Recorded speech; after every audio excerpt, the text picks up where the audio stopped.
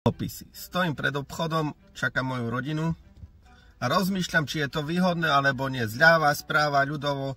Nemám pred sebou žiadne tabulky, ja nemám vzdelanie ekonóm, ale je to jednoduchá logika. Štát nemá peniaze, Slovensko nemá peniaze, rozkradnutý štát, nevyužili sme eurofondy, nemáme nič, nemáme na slanú vodu. Taká je realita. Jednoducho rozdávajú sa tu cudzie peniaze. Štát nemá peniaze, požičava si za vysoké úroky a potom ide predávať svoje vlastné dlhopisy vám ľuďom. Vy si ich kúpite.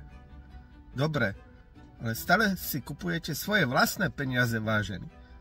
Ak vám ten štát predá tie dlhopisy, to vám nedá z vlastného vrecka náš premiér alebo minister Kamenický, to nie sú ich peniaze.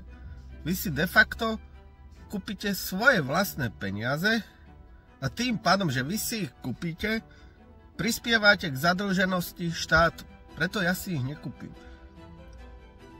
Toto nie je riešenie.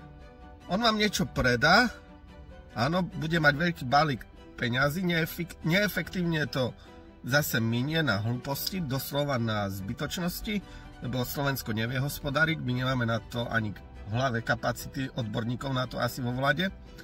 Oni to minú a zase si musia požičiať za vyššie úroky na budúci rok alebo o 2 roky musí si zase štát požičať za vyššie úroky.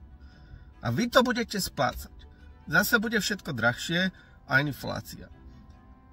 Vlastne aj vašou vinou, lebo vy si tie dlhopisy kúpite. Štát nevie hospodáriť a vy tam utekáte si kupovať dlhopisy, niektorí doslova ako blbečkovia vás tak nazvem, lebo zarobíte 30 eur.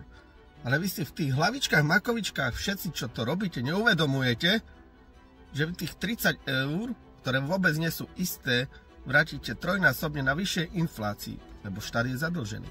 On vám predáva vaše vlastné peniaze na váš úkor. Robí štát z vás hlupákov. Odo mňa všetko, bežte tam, utekajte. Dovidenia.